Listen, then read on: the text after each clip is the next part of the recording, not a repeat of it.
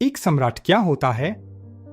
क्या वो बस एक बड़ा ताज पहनने वाला राजा है, या फिर कुछ उससे भी ज्यादा? नमस्ते दोस्तों। जब मैं सम्राट शब्द कहता हूं तो आप शायद इस आदमी के बारे में सोचते हैं, या शायद इसके बारे में। लेकिन असली पहले सम्राट का खिताब सबसे ज्यादा बहस वाले सवालों में से एक है। यह सिर्फ एक ट्रिविया सवाल नहीं है, यह शक्ति की परिभाषा को लेकर एक जंग है। आज हम 3 सबसे शक्तिशाली शासकों को कटघरे में खड़ा कर रहे हैं। इस कोने में विजेता अक्कर का सारगोन, इस कोने में एकजुट करने वाला चिन शी हुआंग, और हमारे आखिरी कोने में निर्माता ऑगस्टस। सिर्फ एक ही यह खिताब जीत सकता है। चलिए पता लगाते हैं कि वो कौन है। ठीक है, तो सबसे पहले हमें इस मुकाबले के लिए कुछ नियमों की जरूरत है। एक राजा और एक सम्राट में असली फर्क क्या है? एक राजा एक राज्य पर शासन करता है, आमतौर पर लोगों का एक समूह, एक संस्कृति, एक क्षेत्र। इसे एक समान राज्य समझे। लेकिन एक सम्राट एक साम्राज्य पर शासन करता है। यह एक विशाल बहुजातीय बहुराष्ट्रीय राज्य होता है जो लगभग हमेशा विजय के जरिए बनाया जाता है। तो हमारे इस ट्रायल के लिए हमें एक ऐसा शासक चाहिए जो 3 मानदंडों को पूरा करता हो। नंबर 1, उन्हें एक सच्चे साम्राज्य पर शासन करना चाहिए, विशाल, विविध और जीती हुई जमीनों पर बना। नंबर 2, उनके पास सर्वोच्च शक्ति होनी चाहिए, वे एकमात्र अंतिम अधिकारी हैं। और नंबर 3, उन्हें एक विरासत बनानी होगी। उन्होंने सिर्फ जीता नहीं, उन्होंने सरकार की एक ऐसी नई व्यवस्था बनाई जो उनके बाद भी टिकी रही। नियम तय हो चुके हैं। चलिए मिलते हैं पहले दावेदार से। हमें बहुत पीछे जाना होगा। हमारा पहला दावेदार सभ्यता के पालने मेसोपोटामिया से आता है, 4300 साल पहले। मिलिए अक्कर के सारगोन से। सारगोन से पहले दुनिया में वास्तव में साम्राज्य नहीं थे। मेसोपोटामिया बस आपस में लड़ने वाले नगर राज्यों का एक जमघट था। सारगोन, जो एक साधारण शुरुआत से आए थे, उन्होंने उन सभी को जीत लिया। यह अब कोई राज्य नहीं था, यह दुनिया का पहला साम्राज्य था। सारगोन ने अलग अलग लोगों पर शासन किया। उन्होंने जीते हुए शहरों की दीवारें गिरा दीं, अपने खुद के गवर्नर नियुक्त किए, पहली स्थायी सेनाओं में से एक बनाई और अपने नए क्षेत्र में व्यापार को मानकीकृत किया। तो चलिए सबूत देखते हैं। सारगोन के पक्ष में तर्क बहुत मजबूत है। उन्होंने विजय के जरिए एक विशाल बहुजातीय साम्राज्य बनाया। चेक। उन्होंने इस पर शासन करने के लिए एक केंद्रीकृत व्यवस्था बनाई और सर्वोच्च शक्ति अपने पास रखी। चेक। उन्होंने साम्राज्य की एक ऐसी विरासत बनाई जिसकी नकल बाद के मेसोपोटामिया वासियों ने 1000 साल तक करने की कोशिश की। चेक। वह असली ब्लूप्रिंट है। लेकिन यहां है उनके खिलाफ तर्क। क्या सारगोन जानते थे कि वह एक सम्राट है? उन्होंने कभी इस उपाधि का इस्तेमाल नहीं किया। एक सम्राट का विचार जो एक राजा से अलग हो तब तक मौजूद ही नहीं था। तो क्या यह मायने रखता है? क्या सिर्फ एक होना काफी है, या आपको खुद को एक कहना भी जरूरी है?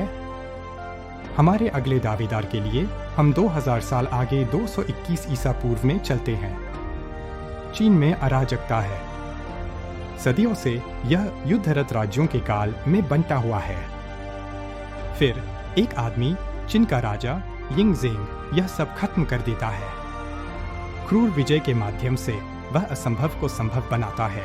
वह पूरे चीन को एक शासन के तहत एकजुट करता है। जीतने के बाद उन्होंने पुरानी उपाधि वांग को देखा और कहा, यह मेरे लिए काफी बड़ा नहीं है। तो उन्होंने एक नया शब्द ईजाद किया।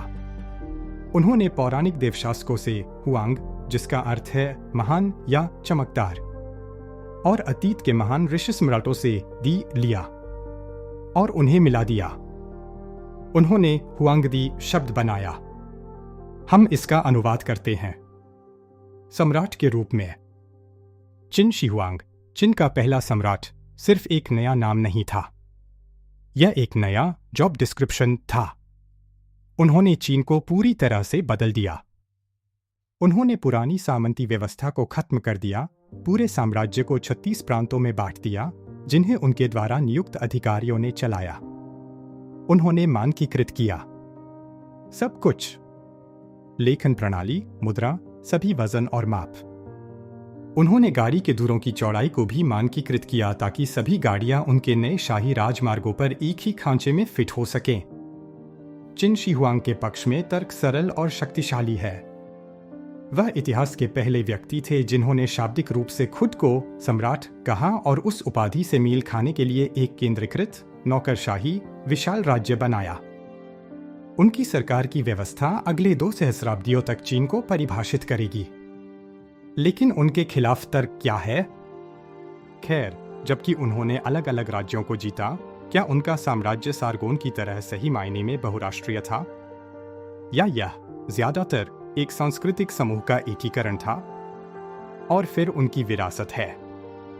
जबकि उनकी व्यवस्था बनी रही, उनका राजवंश उनकी मृत्यु के तुरंत बाद ढह गया।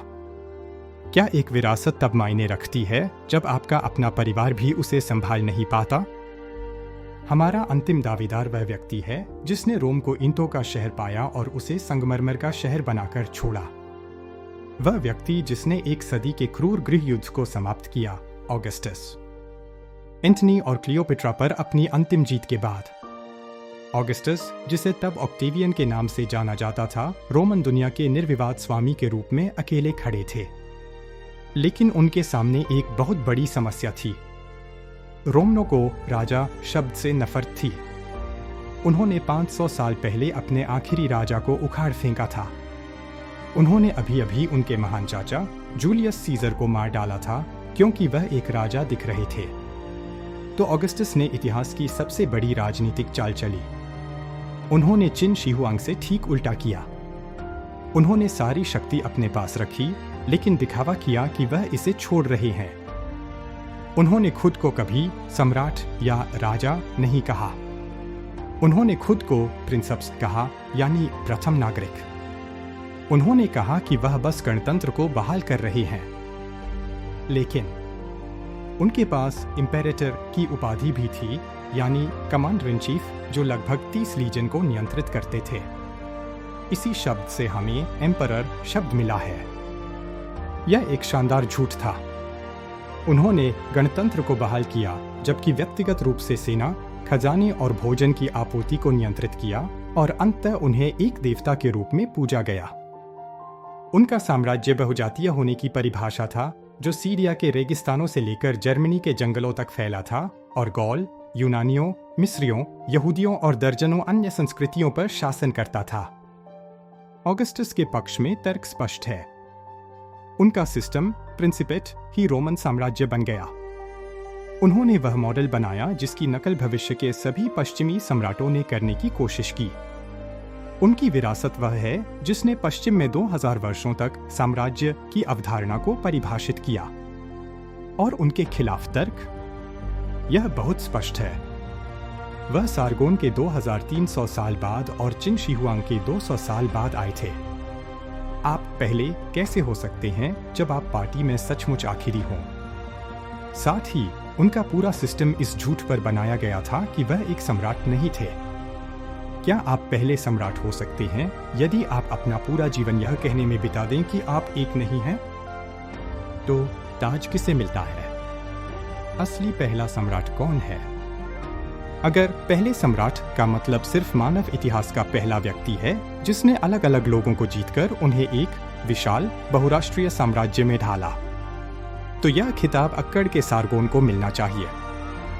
लेकिन अगर पहले सम्राट का मतलब उस पहले शासक से है जिसने सचेत रूप से यह उपाधि बनाई और उसने जॉब डिस्क्रिप्शन से मेल खाने के लिए एक एकीकृत शाही राज्य बनाया, तो यह चिन शी हुआंग को मिलना चाहिए। और फिर भी अगर पहले सम्राट का मतलब उस आदमी से है जिसने वह राजनीतिक व्यवस्था बनाई और इम्पेरेटर की उपाधि धारण की जिसने पूरी पश्चिमी दुनिया के लिए सम्राट की अवधारणा को परिभाषित किया, तो आपको यह ऑगस्टस को देना होगा। तो असली कौन था? सारगोन ब्लूप्रिंट थे। चिन शिहुआंग ने जॉब टाइटल लिखा और ऑगस्टस ने सिस्टम को परफेक्ट किया और उसे वह नाम दिया जो कायम रहा। सच तो यह है कि शायद कोई एक पहला है ही नहीं। साम्राज्य का विचार इतना बड़ा था, इतना क्रांतिकारी था कि इसे 3 अलग अलग बार इजाद करना पड़ा, 3 अलग अलग लोगों द्वारा, दुनिया के 3 अलग अलग हिस्सों में।